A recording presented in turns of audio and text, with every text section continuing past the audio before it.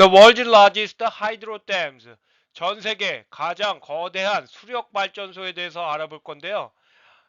현재 renewable energy, 재생에너지라고 하죠. 신재생에너지. 신재생에너지라고 해서 풍력도 있고 태양광도 있고 여러 가지 에너지원이 있지만 아직까지는 신재생 에너지의 가장 커다란 에너지원은 수력발전소죠. 그러다 보니까 가장 커다란 수력발전소에 대해서 알아보는 시간을 갖고자 합니다. 신재생 에너지 중에서 수력발전이 40%를 차지하고요.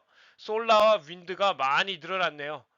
태양광이 28, 윈드가 27%를 차지하고 있다고 합니다. 그리고 그 이외가 55%를 차지하고 있으니까 전체 신재생 에너지 중에 아직까지는 수력 발전이 가장 커다란 신재생 에너지원이다 라고 생각하시면 될 것 같습니다. 그렇다면은 신재생 에너지 중에서도 거대한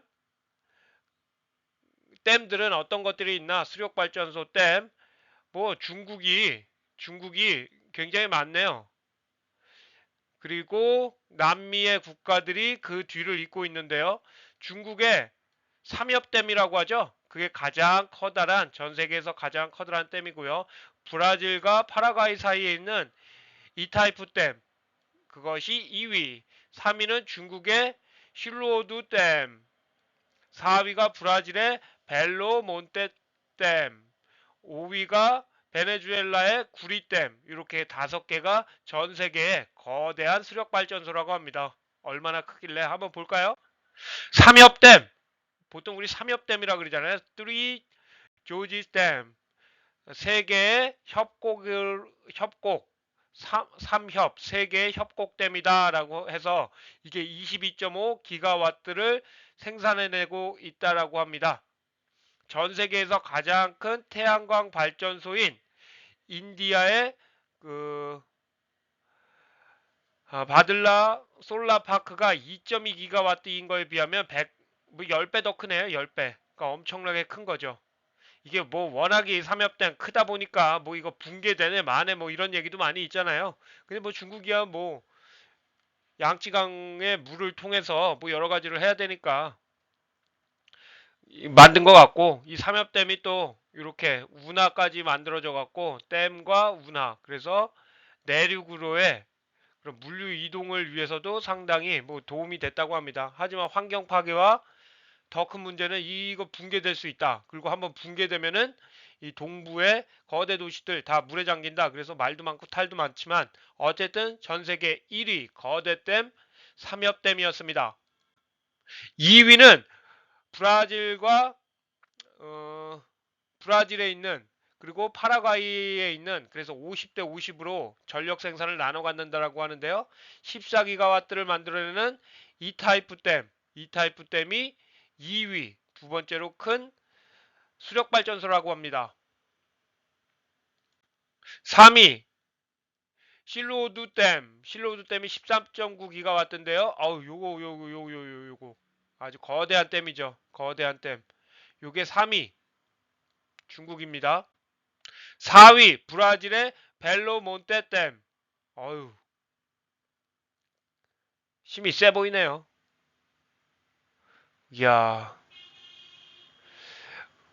벨로몬테 댐 이거 브라질에 있는데 요것도 또 말도 많죠. 수력 발전소가 워낙에 크면은 그 매몰 지역도 있고 환경 파괴도 되고 있다 보니까 요거 벨로몬테 댐 같은 경우도 당연히 환경 문제로부터는 자유롭지 못하는데 하여튼 네 번째로 큰 댐입니다.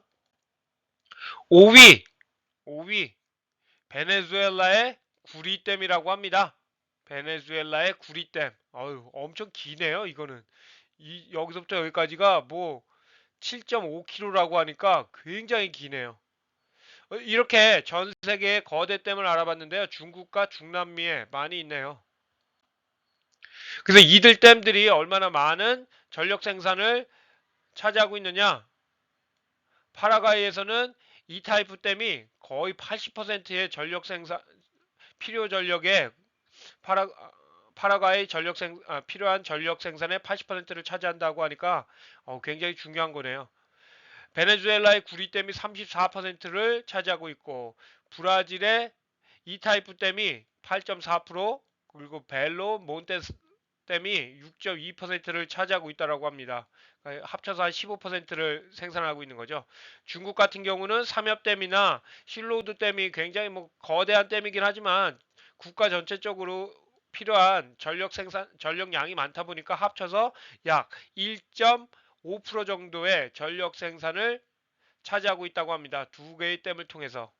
그러니까 뭐 파라과이나 베네수엘라처럼 뭐 조그만 나라들 그러들은 수력 발전에 거의 의존하고 있는 거고 거의 이거에 브라질이나 중국 같은 경우는 워낙에 큰 경제 대국이고 하다 보니까 아무리 큰 댐이 두 개씩 있다고 하더라도 전체 전력 생산에서 수력 발전이 차지하고 있는 이 거대 댐이 차지하고 있는 거는 브라질 같은 경우 15% 많네요. 그래도 브라질은 중국 같은 경우는 그래봐야 삼엽댐이나 실로우드 댐이 합쳐서 1.5%밖에 차지를 못하고 있다.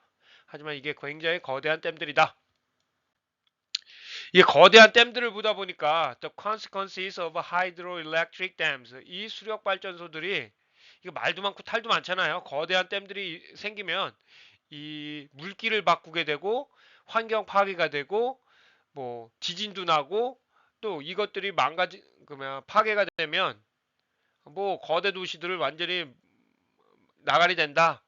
그러니까 뭐 그런 위험성이 있고 그거에 의한 어떤 일들이 벌어질까? 결국은 이게 롱텀 서스테이너빌리티 특히나 요즘 같은 경우 댐 수력 발전을 만들고서 그게 오랫동안 지속 가능하게 전력을 얼마나 안정적으로 생산할 수 있는가에 대해서는 많은 의구심이 들어가고 있다고 합니다. 그도 그럴 것이 이 거대한 댐들에 의해서 그 많은 내륙의 지역들이 이제 파괴되는 수몰이 되는 거죠. 매몰이 아니라 수몰이 되다 보니까 거기서 하는 동식물들, 야생생물들 다 죽게 되고 또 물의 퀄리티도 수질도 떨어뜨리게 되고 흐르는 물을 가둬둬야 되는 거니까 그리고 때로는 요거 특히나 중국에서 요거 많이 있었죠. 그 상류 지역에서 그 지진 문제 같은 것들도 많이 일어나고 있다. 그러니까 자연 파괴적인 그런 생각지도 못했던 일들이 일어나고 있다라는 거죠. 거기에다가 뭐 물길 흐름을 바꾸다 보니까 그 홍수 홍수 문제도 있는 거고 특히나 물을 한 번에 열었을 때 또 푸드 인시큐리티 문제도 있다. 환경이 변하니까 그러겠죠. 하지만 가장 큰 문제로 부각되는 문제가 climate change itself.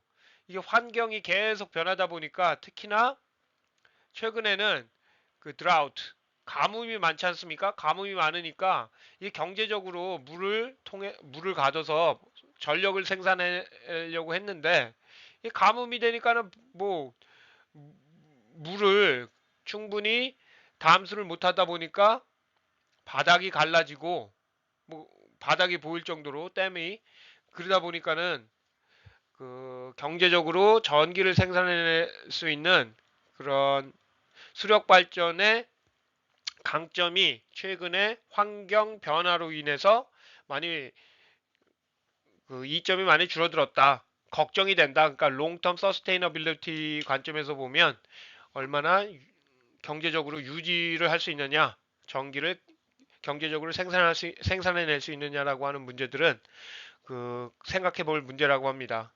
특히나 이게 중국이 문제인 것 같아요. 중국 그 삼엽댐이나 실로우드댐 워낙에 크니까 그거 한번 파괴되면은 완전히 뭐 중국 난리 나는 거죠. 거기 뭐 중국 거대 대도시들 다 물에 잠기고 다 죽어나는 거니까 국가적인 차원에서 그러니까 우리나라랑 중국이랑 전쟁 나면은 삼엽댐 그것만 폭파하면 되겠네요. 우리나라 그 뭐 날라가는 그거 있잖아요. 미사일로다가 댐 다 때려 부시고 중국 한번 너네 한번 좆대봐라라고 하는 그게 전략이 아주 잘 잡힐 것 같습니다. 그도 그럴 게 대한민국 우리나라에서도 가장 큰 사력댐 소양강댐 있잖아요. 소양강댐. 소양강댐 주변에 가면은 예전에는 군부대가 많았잖아요. 그 국가시설이다 보니까 전쟁이 나면 북한에서 댐 때려 부시려고 폭격하고 뭐 특수부대 내려온다. 그래서 그거 지키려고 굉장히 있었던 것 같은데 하여튼 간에 이런 거대 수력발전소 이야기였습니다.